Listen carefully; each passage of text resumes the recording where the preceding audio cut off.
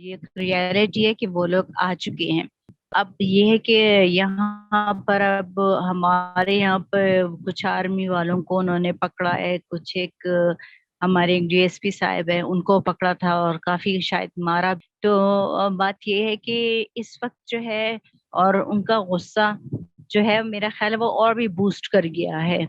وہ اس وجہ سے کیونکہ وہ پچھلی جنگوں میں وہ ہار گئے تھے اور انہوں نے کافی سارے اپنے بندے بھی کھو دیے تھے، جو کہ جیسے مار ڈالے گئے ان کے بندے آرمی کی طرف سے.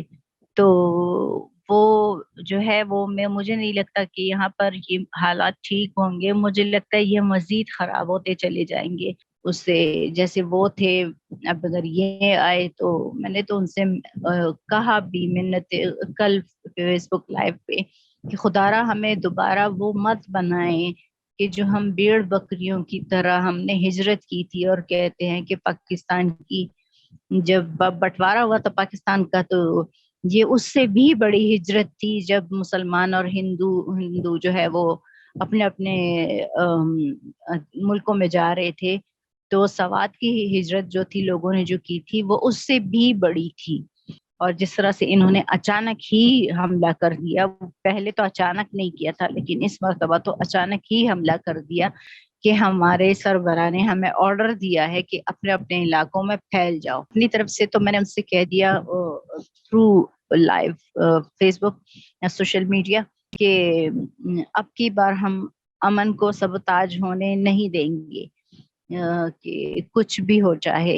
اگر آپ ہم سے بات کرنا چاہتے ہیں، آپ کو کوئی شکایت ہے اور اتنی بڑاس ہے آپ کے دل میں تو آپ ہمیں بتائیں، کھل کر بتائیں، حکومت کو بتائیں، ایڈمنسٹریشن کو بتائیں. نہیں تو آپ آ کر اپنی بہنوں کو بتا دیں، مجھے بتائیں، آپ آئیں ہمارے پاس آئیں، ہمیں بتائیں کہ کیا مسئلہ کیا ہے کہ جس سے آپ اتنے غصے میں ہو. اب جب پڑوسی ملک پر انہوں نے اپنا جو ہے اکوپائی کر لیا ہے تو اب ظاہری سی بات ہے یہاں پر آنا ان کے لیے مشکل نہیں ہے، بالکل بھی نہیں. کیونکہ تورخم بارڈر جو ہے بالکل ایسے ہے جیسے کوئی ایک رستہ ہو، جیسے کوئی گلی ہو. معاہدوں میں کیا باتیں ہوتی ہیں یہ تو ہمیں کھل کر کھل کر ان کو بتانا چاہیے نا کہ کیا ہو رہا ہے کیا نہیں ہو رہا ہے. کیونکہ یہ ہمارا حق ہے، ہم ووٹ دیتے ہیں. جب ہم ووٹ دیتے ہیں تو ہمیں ان کی پالیسیوں کا، ان کی سب چیزوں کا سب کو پتہ ہونا چاہیے. اور تبدیلی لانا اس طرح سے اتنا مشکل بھی نہیں ہے. تو میں گورنمنٹ سے یہ درخواست کرنا چاہتی ہوں کہ خدا را آپ جو بھی کرتے ہیں ذرا ہمیں بھی بتایا کریں کہ آپ کیا کر رہے ہیں اور کیا اسٹریٹجی اپنا رہے ہیں. آپ کونوں قدروں میں چھپ چھپ کے میٹنگز کر رہے ہیں، ہمیں کیا پتا کہ کیا چل رہا ہے، کیا ہو رہا ہے. اب کیا یہ دوبارہ شروع ہوگا، دوبارہ ہمارے بچے طالبان بنیں گے. میں نے تو ان سے یہ بھی تک کہا تھا کہ ہمارے ذہن میں تو وہ طالب کا تصور ہی ختم ہو گیا تھا جب چھوٹے چھوٹے بچے آتے تھے اور کھانا مانگتے تھے اور ہم ان کے لیے اسپیشلی اپنے اپنے پتیلے میں ان کے لیے اسپیشلی اپنے ڈش میں ان کے لیے ہم سالن علیحدہ سے رکھتے تھے اور روٹیاں علیحدہ سے رکھتے تھے کہ ایک بچہ آئے گا اور وہ لے کر جائے گا.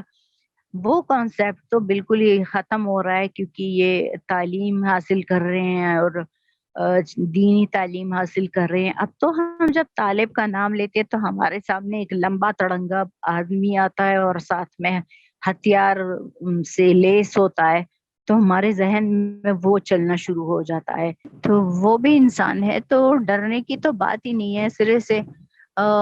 بس آرام سے اگر بات کی جائے تو میرا خیال ہے کہ یہ ایک فروٹفل اس کا نتیجہ نکلے گا. لیکن ہمیں نہیں لگتا کہ یہاں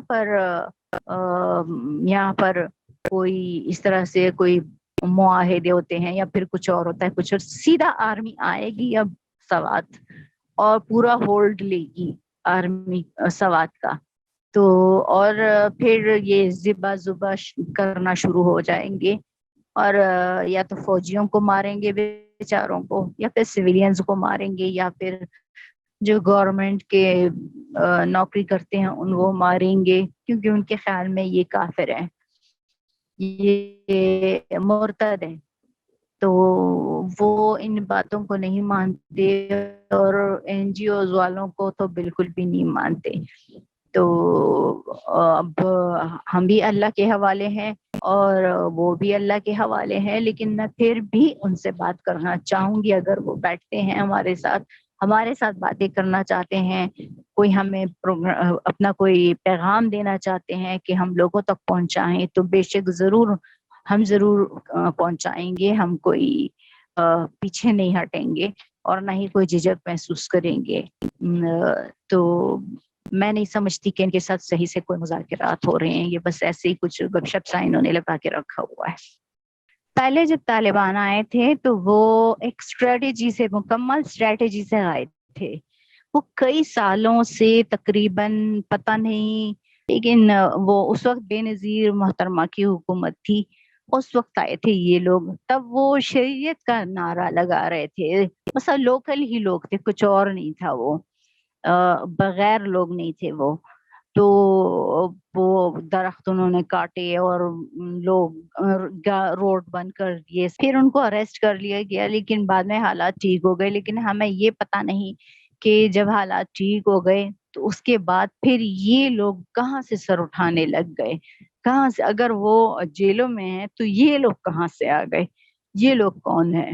تو یہ بھی آئے مسجدوں میں بیٹھے، کوئی معلم بن کر بیٹھ گیا، کوئی درس دینے بیٹھ گیا، کوئی کچھ کرنے بیٹھ گیا، لیکن آخر میں انہی جگہوں سے اسلحے نکلے، انہی جماعتوں سے، انہی مسجدوں سے اسلحے برآمد ہوئے، انہی جگہوں سے جو ہے ان کے عجیب طرح کے بامز نکلنے لگے، اور وہی ہوا جو جیسے وہ چاہتے تھے. اور بچے بیچارے بھی پھر انہیں وہ اپنی وہ شکل اصل روپ دکھانا شروع کر دیا پورے سوات میں. شروع میں تو تھوڑے تھوڑے دھماکے ہوتے رہتے تھے، پھر انہوں نے اسکولوں کو نشانہ بنایا، انہوں نے لوگوں کو، خاص کر سرکاری افسران کو نشانہ بنایا کہ سب سے پہلے تو وہ ہو جاتے تھے بیچارے. پھر وہ کہیں پر بھی حملہ کر دیتے، اکیلے اسکولوں پر حملہ نہیں کرتے تھے، کہیں پر بھی کر دیتے. پر اب جیسے کہتے کہ لڑکیوں کے اسکولوں، لڑکیوں کی تعلیم پر پابندی تھی، تو کیا لڑکوں کو جانے دیا جاتا تھا؟ میرا اپنا بیٹا جس کالج میں پڑھتا تھا اس کالج میں دھماکہ ہوا تھا، اور اس دن لکلی میرا بیٹا جو ہے اسکول، وہ اپنے کالج نہیں گیا تھا. تو کیا وہ لڑکیوں کا اسکول تھا؟ ان کو اس ایریا میں کوئی نہیں چاہیے تھا، نہ لڑکیاں، نہ لڑکے، نہ مرد، نہ عورتیں.